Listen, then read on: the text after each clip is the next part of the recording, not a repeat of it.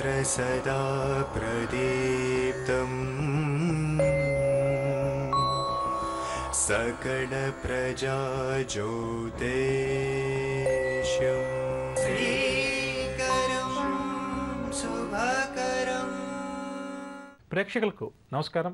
శ్రీకరం శుభకరం కార్యక్రమానికి స్వాగతం సుస్వాగతం. ఈనాటి కార్యక్రమంలో మొట్టమొదటిగా పంచాంగం, శుభ సమయాలు, ఆ తర్వాత నవగ్రహ సంచారాన్ని అనుసరించి ద్వాదశ రాశుల వారికి ఈరోజు గ్రహస్థితి ఏ విధంగా ఉంటుంది, వారు ఎటువంటి విషయాల్లో జాగ్రత్త వహించాలి, ద్వాదశ రాశుల వారు ఎటువంటి పరిహారాలు పాటించాలి అన్న అంశం, దాంతో పాటుగా ఈ బుధవారంలో జరిగితే ముఖ్యమైన వ్యవహారాలు ప్రారంభం చేయాలి లేదా కీలక నిర్ణయాలు ఏదైనా తీసుకోవాలి అని చెప్పనుకునే వారు ఏ భగవంతుని పూజిస్తే వారి విజయావకాశాలు మెరుగుపడుతుంది అన్న అంశం. అదేవిధంగా మనలో చాలా మందికి ఇంట్లో నిత్యం దీపారాధన చేసే సమయంలో ఎన్నో సందేహాలు. ఏ నూనెతో చేయాలి, ఆవు నెయ్యి వాడాలా లేదా నువ్వుల నూనె వాడాలా, ఇంకేదైనా నూనె వాడితే మనకి ఏదైనా చెడు కలుగుతుందా లేదా మంచి కలుగుతుందా, అసలు ఈ దీపాలు ఎన్ని దీపాలు పెట్టాలి, దీప జ్యోతులు ఎన్ని వెలగాలి, ఏ దిక్కుకు వెలగాలి, ఇటువంటి ఎన్నో సందేహాలు మనందరికీ కూడా నిత్యం వస్తుంటాయి. అటువంటి వారి కోసం ఈ రోజు నుంచి ప్రతిరోజు కూడా ఏం చేస్తుంటే ఒక్కొక్క అంశాన్ని తీసుకుంటూ దానివల్ల మనం దీపారాధన చేస్తే ఎటువంటి ఫలితాలు కలుగుతాయి, ఎటువంటి సమస్యలు ఉన్నవారు ఆ విధమైన దీపారాధన చేయవచ్చు, అసలు ఏ నూనెతోటి దీపారాధన చేయాలి, మనం దీపానికి ఉపయోగించేటటువంటి దీప జ్యోతులు ఏవైతే ఉన్నాయో అవి ఎంత ఎత్తు ఉంటే మనకు ఎటువంటి ఫలితాలు కలుగుతాయి అన్న అంశాలు తెలుసుకునే ప్రయత్నం చేస్తూ అందులో భాగంగా ఈనాటి కార్యక్రమంలో అసలు దీపారాధన ఏ సమయంలో చేస్తే మన కోరికలు నెరవేరుతాయి, ఆవు నెయ్యితోటి దీపారాధన మనం చేయడం వల్ల ఎటువంటి ఫలితాలు కలుగుతాయి, ఎటువంటి సమస్యలు మనకు తొలగుతాయి, ఆవు నెయ్యి దీపారాధన యొక్క విశిష్టత ఏంటి అన్న అంశాల గురించి తెలుసుకుందాం. అదేవిధంగా శుభకరం అన్న అంశంలో భాగంగా ఉద్యోగ సమస్యలు తరచుగా ఎవరికైతే వస్తున్నాయో వారు ఎటువంటి పరిహారాన్ని పాటించాలి అన్న అంశం గురించి కూడా తెలుసుకునే ప్రయత్నం చేద్దాం. కార్యక్రమాన్ని మొట్టమొదటిగా పంచాంగంతో ప్రారంభం చేద్దాం.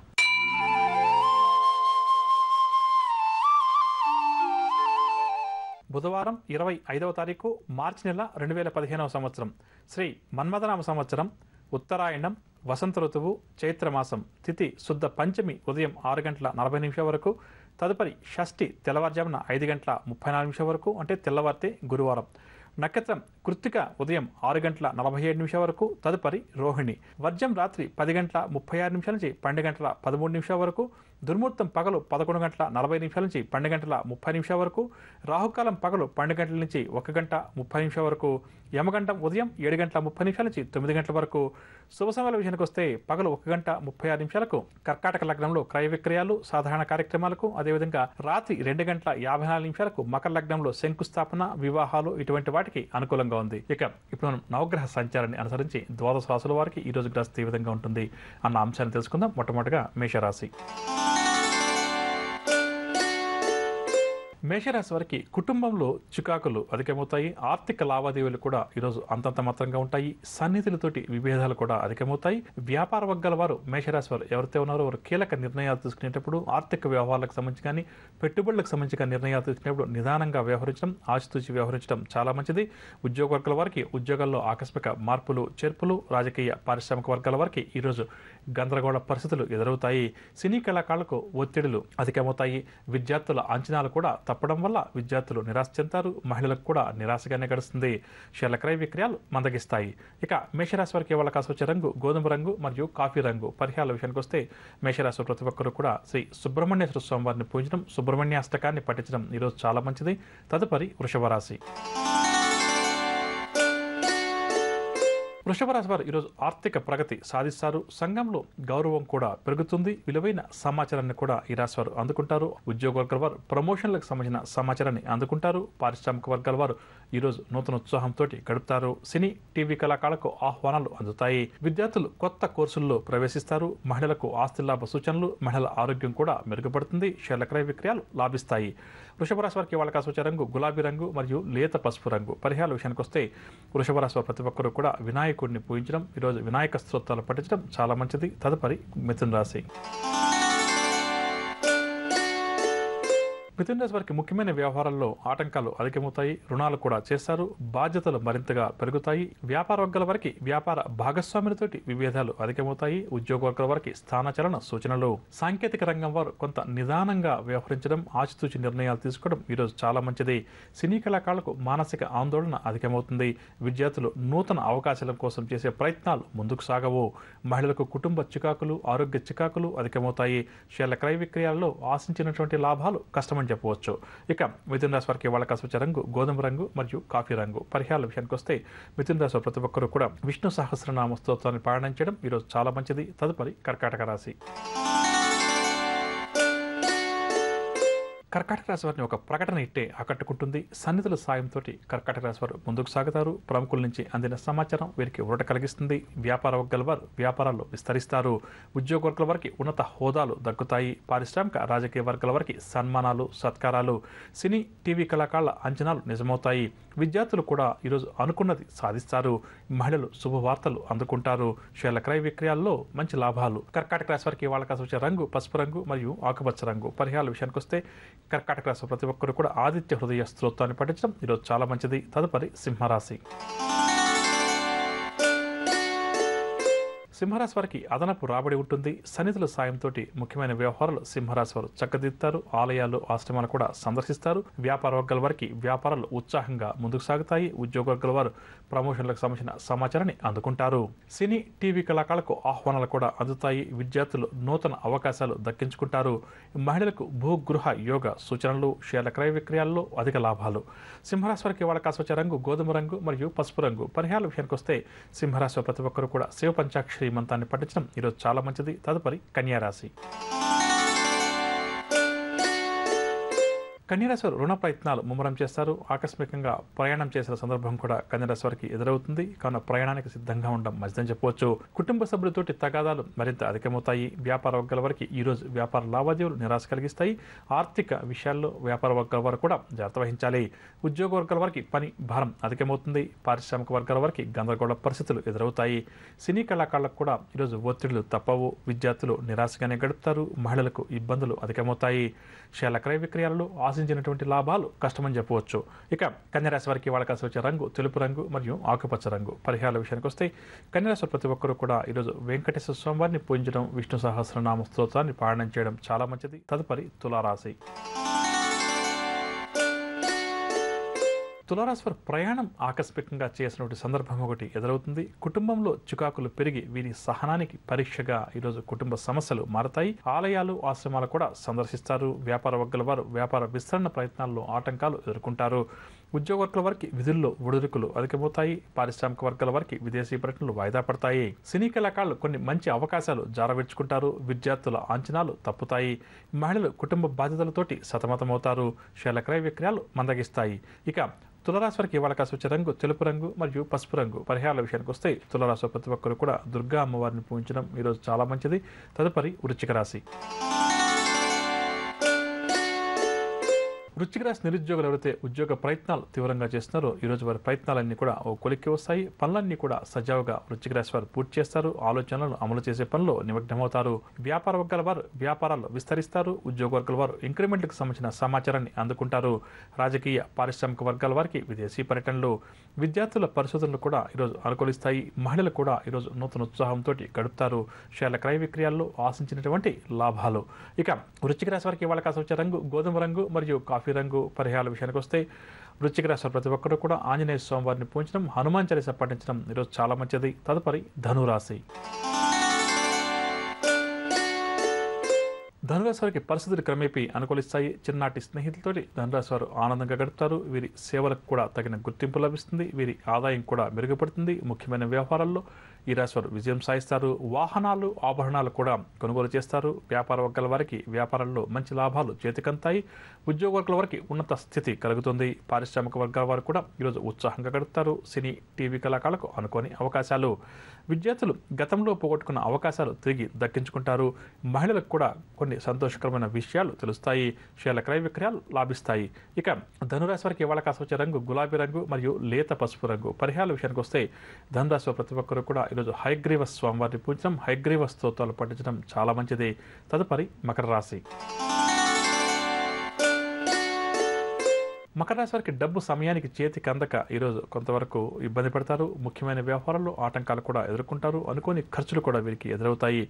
ఇంటా బయట కూడా సమస్యలు ఈ రాశి వారిని బాగా చికాకుపరుస్తాయి. ఆలోచనలు ఏవి కూడా కలిసి రావు.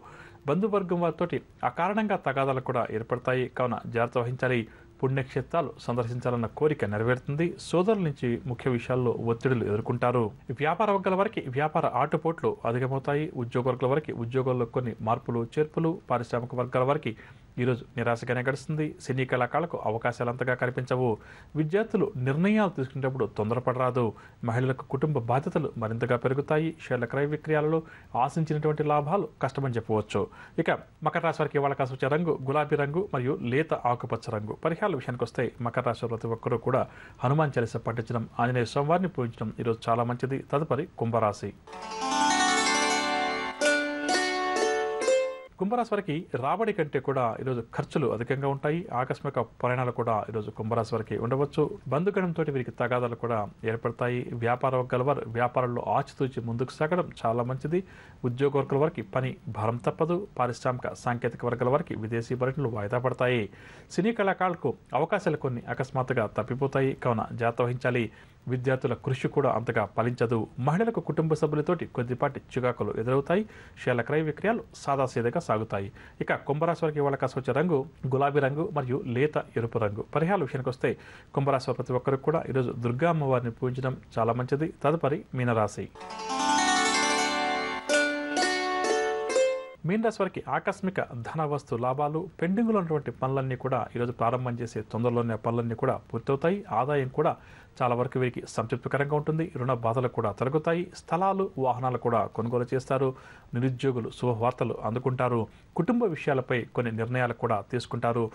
ప్రయాణాల్లో వీరికి నూతన పరిచయాలు కూడా ఏర్పడతాయి. వ్యాపార వర్గాల వారికి వ్యాపార లావాదేవీలు ఆశాజనకంగా ఉంటాయి. ఉద్యోగ వర్గాల వారికి అనుకోని పదోన్నతులు. పారిశ్రామిక వైద్య రంగాల వారు ఈరోజు నూతన ఉత్సాహంతో గడుపుతారు. సినీ కళాకారులకు అవార్డులు లభిస్తాయి. విద్యార్థులకు భవిష్యత్ పట్ల కొత్త ఆశలు చిగురిస్తాయి. భవిష్యత్ ప్రణాళికలు కూడా రూపొందించే పనిలో నిమగ్నమవుతారు. మహిళలకు దీర్ఘకాలిక సమస్యలు తీరుతాయి. మీన రాశి వారికి వాళ్ళ కాసు వచ్చే రంగు గోధుమ రంగు మరియు ఎరుపు రంగు. పరిహారాల విషయానికి వస్తే మీన రాశి వారి ప్రతి ఒక్కరు కూడా ఈరోజు ఆదిత్య హృదయ స్తోత్రాన్ని పఠించడం చాలా మంచిది.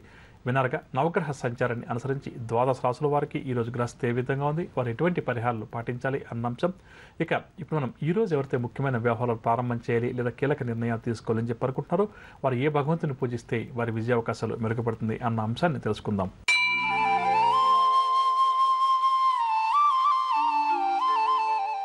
ఈరోజు బుధవారం కావున బుధగ్రహ ఆరాధన చాలా మంచిది. జాతక చక్రంలో బుధగ్రహం వల్ల ఎవరికైతే ఇబ్బందులు సమస్యలు అధికంగా ఉన్నాయో అటువంటి వారు ఈరోజు బుధగ్రహానికి సంబంధించినటువంటి పూజాది కార్యక్రమాలు నిర్వహించడం చాలా మంచిది.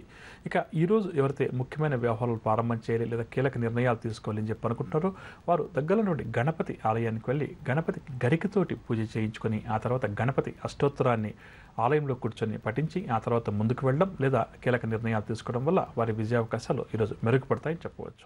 ప్రతి నిత్యం కూడా ఇంట్లో దీపారాధన చేయడం, ఉదయం సాయం 2 సంధ్యల్లో కూడా దీపారాధన చేయడం మనకు అనాదిగా వస్తున్నటువంటి ఒక మంచి సంప్రదాయంగా చూడవచ్చు. ఎందుకు ఈ దీపారాధనకు వేదాలు ఇంత ప్రాశస్త్యాన్ని ఇచ్చాయి అంటే మనం వైజ్ఞానిక పరంగా చూసినా వేదాల పరంగా చూస్తే కూడా దీపాలు అనేవి కూడా సహజంగా మనకు లభించేటువంటి పదార్థంతో మనం దీపారాధన చేస్తాం. అంటే అది ఆవు నెత్తి చేసే దీపారాధన కావచ్చు, లేకపోతే నువ్వుల నూనెతో చేసే దీపారాధన కావచ్చు, కొబ్బరి నూనెతో చేసే దీపారాధన కూడా కావచ్చు, ఏదన్నా కూడా కావచ్చు. ఇవన్నీ కూడా మనకు సహజంగా లభించేటటువంటి నూనెలుగా లేదా వస్తువులుగా మనం చెప్పవచ్చు. వీటితో దీపారాధన ఎప్పుడైతే మనం చేస్తామో అప్పుడు ఖచ్చితంగా కూడా అందులో ఆ దీపం వెలిగేటప్పుడు మనం ఉదాహరణకు ఆవు నెత్తితో దీపం వెలిగిస్తున్నాం లేదా నువ్వుల నూనెతో దీపం వెలిగిస్తున్నాం అనుకోండి. ఆ దీపం వెలిగించేటప్పుడు కొన్ని వాయువులు ఏవైతే మనకు విడుదలవుతాయో దీనివల్ల ఏంటంటే ఆ చుట్టుపక్కల ప్రాంతం అంతా కూడా అందులో ఉన్న సూక్ష్మ జీవులు కానీ ఏదన్నా ఇతరత్ర మనకు అనారోగ్యాన్ని కలిగించేటటువంటివి ఏదైనా ఉంటే కూడా అవన్నీ తొలగిపోతాయని చెప్పవచ్చు. కాబట్టి దీపారాధనకు మనం వైజ్ఞానిక పరంగా చూస్తే కూడా చాలా ప్రాధాన్యత ఉందని చెప్పవచ్చు. ఇక మొదటి నుంచి కూడా మనం ఏంటంటే అగ్నిని మనం భగవంతుని స్వరూపంగా ఆరాధించేటువంటి ఒక మంచి సంప్రదాయం మన భారతదేశంలో మనందరికీ కూడా అధికంగా ఉంది. దీనివల్ల ఏంటంటే ప్రతి నిత్యం కూడా దీపారాధన చేయాలి. దీపారాధన చేయకపోతే వారికి అష్టదరిద్రాలు కలుగుతాయి అని చెప్పి మన పెద్దలు ఈ విధంగా వారికి తెలియజేశారని చెప్పవచ్చు. కాబట్టి మనం మన తల్లిదండ్రుల నుంచి నేర్చుకుంది అంటే ఇంట్లో నిద్ర లేవగానే స్నానమైన వెంటనే దీపారాధన చేయడం ఒక ఆచారంగా పెట్టుకుంటున్నాం. ఈ మధ్య కాలంలో చూస్తుంటే సమయం లేదు అన్నటువంటి ఒక చిన్న సాకుతోటి చాలామంది ఏంటంటే కేవలం ఒక 5-10 నిమిషాలు కూడా దీపారాధన చేయకుండా పోవడం, దీనివల్ల ఏంటంటే ఆ ఇంట్లో నెగిటివ్ ఎనర్జీస్ ఎక్కువగా తయారవ్వడం చూడవచ్చు. అంటే ఇంట్లో ఉన్న నెగిటివ్ ఎనర్జీస్ వెళ్ళిపోవడానికి ఒక సులువైనటువంటి పరిహారం ఏంటంటే దీపారాధన, ధూపం చేయడం. ఈ రెండింటి వల్ల ఏంటంటే ఆ చుట్టుపక్కల వాతావరణం అంతా కూడా ఇందులో వెలువడేటువంటి వాయువు వల్ల పరిశుభ్రం అవుతుందని చెప్పవచ్చు. కాబట్టి దీపారాధన యొక్క విశిష్టత అంతా ఇంత కాదు. ఆ దీపారాధన విశిష్టత అన్న అంశంలో భాగంగా ఒక్కొక్క పదార్థంతో మనము దీపారాధన అయితే చేస్తామో, అంటే ఉదాహరణకు ఆవు నెత్తితో చేస్తాం, కొబ్బరి నూనెతో చేస్తాం, నువ్వుల నూనెతో చేస్తాం, విప్ప నూనెతో చేస్తాం. ఈ విధంగా చేస్తే మనకి ఎటువంటి సమస్యలు తొలగుతాయి, ఎటువంటి సత్ఫలితాలు కలుగుతాయి, అసలు ఏ నూనెతో దీపారాధన చేయవచ్చు, ఏ నూనెతో దీపారాధన చేయకూడదు, మనం దీపానికి ఎన్ని ఒత్తులు ఉపయోగించాలి, అదేవిధంగా ఎన్ని అంగుళాల ఎత్తునటువంటి దీపజ్యోతులు మనం ఉపయోగిస్తే మనకి ఎటువంటి సమస్యలకు తొలగుతాయి అన్న ఆసక్తి కలిగించే అంశాలు ప్రతిరోజు కూడా నేను ఇక్కడ వివరించే ప్రయత్నం చేస్తాను. కాబట్టి మన ప్రేక్షకులు వారికి ఉన్నటువంటి సమస్యలను నివృత్తి చేసుకోవడానికి, అటువంటి సందేహాలు ఏమైనా ఉంటే తొలగిపోవడానికి ఈ కార్యక్రమం చక్కగా ఉపయోగపడుతుందని చెప్పవచ్చు. ఎందుకు భగవంతుని ముందు కూర్చోగానే మొట్టమొదటిగా మనం దీపాలు వెలిగిస్తామంటే, మనం భగవంతుని పూజ కోసం కూర్చున్నప్పుడు ఏమవుతుందంటే మన మనసు ఎటో వెళ్ళిపోతుంటుంది. మనం ప్రశాంతంగా ఏకాగ్రతగా మనం భగవంతుని పూజించడం కానీ, భగవంతుని యొక్క స్తోత్రం పాడనం చేయడం కానీ కష్టమైన పనిగా చెప్పవచ్చు. ప్రతి ఒక్కరం చెప్తుంటాం, భగవంతుని ముందు పావుగంట కూర్చోండి, ఏకాగ్రతగా ఈ స్తోత్రం చదువుకోండి, ఆ స్తోత్రం చదువుకోండి, మీకు మంచి కలుగుతుందని చెప్పేసి. అంతవరకు యాంత్రికంగా చాలా మంది చేస్తుంటారు. అంటే భగవంతుని పూజ చేయమని చెప్పారు, చేస్తే నాకు ఈ గ్రహదోషం తొలగుతుంది, లేకపోతే నాకు ఆర్థిక లాభం చేకూరుతుంది అన్న ఉద్దేశంతో వెళ్ళి పూజకు కూర్చుంటారు. ఆ పూజకు కూర్చున్నప్పటికీ కూడా వారిని ఏవైతే సమస్యలు చుట్టుముడుతుంటాయో ఆ సమస్యలు వారిని ఓ పట్టాన కూర్చొనివ్వు. అంటే మనం ఎప్పుడైతే ఖాళీగా ఉంటామో ఆ సమస్యలన్నీ కూడా మన మీద దాడి చేస్తాయని చెప్పవచ్చు. కాబట్టి భగవంతుని పూజ కోసం మనం మనసు ప్రశాంతంగా ఉంచుకొని కూర్చుని ఏర్పాటు చేసుకున్నప్పటికీ, ప్రయత్నం చేసినప్పటికీ కూడా అందులో ఫలితం చాలా తక్కువ మందికే వస్తుందని చెప్పవచ్చు. అంటే చాలామంది అడిగే ప్రశ్న ఏంటంటే, ప్రతిరోజు కూడా నేను కొన్ని సంవత్సరాలుగా దీపారాధన చేస్తాను, ప్రతిరోజు కూడా లలిత సహస్రనామం చదువుతాను, ప్రతిరోజు కూడా వెంకటేశ్వర స్వామి వారిని పూజిస్తాను, అయినప్పటికీ కూడా నాకు ఫలితం కనిపించలేదని చెప్తుంటారు. ఇక్కడ తప్పు ఎక్కడుందని చెప్తే చేసేవారిలో ఉందని చెప్పవచ్చు. ఎందుకంటే భగవంతుని పట్ల మనం నిశ్చలమైన మనస్సుతోటి మన మనస్సును ఏకాగ్రతగా మనం అర్పించి స్వామివారిని పూజిస్తే మాత్రం తప్పకుండా మనకు స్వామివారి అనుగ్రహం కలుగుతుంది. ఎందుకు మన పెద్దలు దీపాన్ని వెలిగించమని చెప్పారు అంటే, మనం ఎప్పుడైతే ఒక్క నిమిషం పాటు ఆ దీపాన్ని తదేకంగా చూస్తూ కళ్ళు మూసుకొని భగవంతుని ధ్యానం ప్రారంభం చేస్తామో, ఆ దీపపు యొక్క కాంతి ఏదైతే ఉందో అది మనం ఎప్పుడైతే దాన్ని ఒకసారి కళ్ళు మూసుకొని ఆ దీపాన్ని ఊహించుకుంటూ చేస్తామో ఖచ్చితంగా కూడా మన మనసు ఏకాగ్రతగా ఉండడానికి ఈ దీపారాధన చక్కగా ఉపయోగపడుతుంది. అందువల్ల మన మహర్షులు ఏం చేశారంటే దీపారాధన ఖచ్చితంగా కూడా మనకు ఒక అలవాటుగా చేశారు. ఈ దీపారాధన కూడా 2 పూట్ల చేయడం శ్రేయస్కరం చెప్పవచ్చు, ఉదయం సాయంకాలం. ఉదయం పూట సాధ్యమైనంత వరకు కూడా సూర్యోదయానికన్నా కొద్దిగా ముందు లేదా సూర్యోదయం జరిగే సమయంలో, అంటే 4:30 నుంచి 6 గంటల మధ్య అందరికీ అర్థం అవ్వాలంటే ఈ విధంగా దీపారాధన చేయడం. సాయంకాలం కూడా దాదాపుగా 6 గంటల సమయంలో దీపారాధన చేయడం ఉభయ సంధ్యలు అంటాం, చాలా మంచిదని చెప్పవచ్చు. మీరు ఏ భగవంతుని పూజిస్తున్నా, ఏ స్తోత్రం పఠిస్తున్నా ఈ సమయాల్లో దీపారాధన చేయడం చాలా మంచిది. కొంతమంది 11ంటికి 12ంటికి కూడా దీపారాధన చేస్తుంటారు. ఈ విధంగా చేయడం శాస్త్ర సమ్మతం కాదు. ఒకవేళ ఆ రోజు ఏదైనా ఇంట్లో పూజాది కార్యక్రమాలు కానీ, హోమాలు కానీ ఇటువంటి ఉన్నప్పుడు ఏంటంటే, పండుగలు ఇటువంటి ఉన్నప్పుడు ఆ సమయంలో దీపారాధన చేయడం వేరే విషయం. కానీ నిత్య దీపారాధన విషయంలో వస్తే సాధ్యమైనంత వరకు కూడా సూర్యోదయ సమయంలో లేదా సూర్యోదయానికన్నా కొద్దిగా ముందు అటు ఇటుగా దీపారాధన చేసుకోవడం, అదేవిధంగా సూర్యాస్తమయ సమయంలో దీపారాధన చేసుకోవడం మంచిదని చెప్పవచ్చు.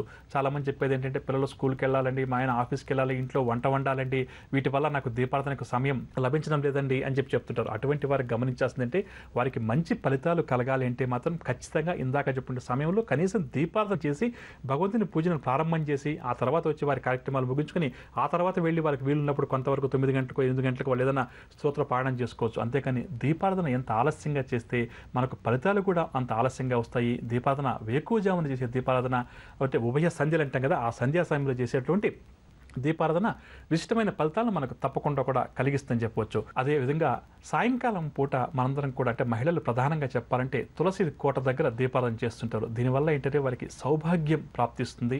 వారి మాంగళ్య స్థానంలో దోషాలు ఏమన్నా ఉంటే కూడా సాయంకాలం తులసి కోట దగ్గర ఎవరైతే దీపారాధన చేసి తులసి మాతకు నమస్కరించి తులసి అమ్మ వారి యొక్క స్తోత్రాన్ని పఠిస్తారో వారికి మాంగళ్య స్థానంలో ఏదైనా దోషాలు ఉంటే కూడా తొలగిపోతాయని చెప్పవచ్చు. కాబట్టి మనం నేటి కాలంలో చేస్తుంటే వృత్తి ఉద్యోగాల వల్ల కొంతవరకు మనకి ఇబ్బందికర పరిస్థితులు తలెత్తవచ్చు, లేదనడం లేదు. కానీ సాధ్యమైనంత వరకు కూడా సూర్యోదయానికన్నా ముందే నిద్రలేచి స్నానాది కార్యక్రమాలు మనం పూర్తి చేసుకుని దీపారాధన చేసి ఒక 10 నిమిషాలు మనసు ప్రశాంతంగా గడిపితే ఆ సమయంలో ప్రకృతి నుండి వెలువడే శక్తుల వల్ల కావచ్చు, మనం చేసే పూజాది కార్యక్రమాల వల్ల కావచ్చు, లేకపోతే దీపారాధన ధూపం లాంటివి వేయడం వల్ల ఆ వాతావరణంలో వచ్చే మార్పుల వల్ల కావచ్చు, ఖచ్చితంగా కూడా మనం అనుకున్నవన్నీ నెరవేరడానికి ఈ దీపారాధన నిత్య పూజ మనకు చక్కగా కూడా ఉపయోగపడుతుంది. ఇందులో ఎటువంటి సందేహం లేదని చెప్పవచ్చు. ఇక మనం రేపటి కార్యక్రమంలో ఆవునేతితోటి దీపారాధన ప్రతి నిత్యం గృహంలో చేస్తే ఎటువంటి సత్ఫలితాలు కలుగుతాయి, ఎటువంటి దోషాలు తొలగుతాయి, ఎటువంటి సమస్యలను వారు ఆవునేతితోటి దీపారాధన చేయాలి అన్న అంశాల గురించి తెలుసుకునే ప్రయత్నం చేద్దాం. ఇక ఇప్పుడు మనం శుభకరం అన్న అంశంలో భాగంగా ఉద్యోగంలో తరచుగా మార్పులు, ఉద్యోగంలో చికాకులు ఎవరికైతే కలుగుతున్నాయో వారు పాటించాల్సినటువంటి ఒక పరిహారం గురించి తెలుసుకుందాం.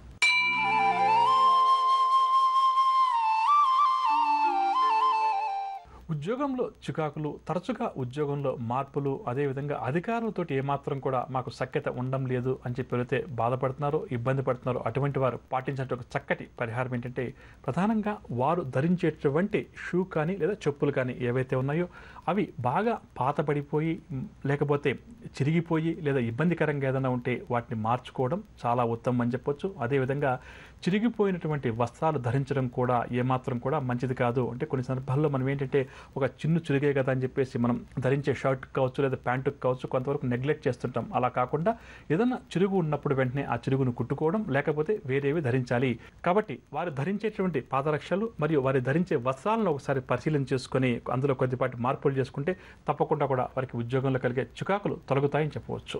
వినర్గా ఇదండి ఇవాల్టి శ్రీకరం శుభకరం కార్యక్రమం. రేపటి కార్యక్రమంలో మరికొన్ని ఆసక్తి కలిగించే అంశాలతో మళ్ళీ కలుద్దాం. అంతవరకు సెలవు, నమస్కారం. జ్యోతిష వాస్తు సలహాలకై Vakkantham Chandramouli. Phone number 04065274939. Cell number 9885299400. Website www.janmakundali.com.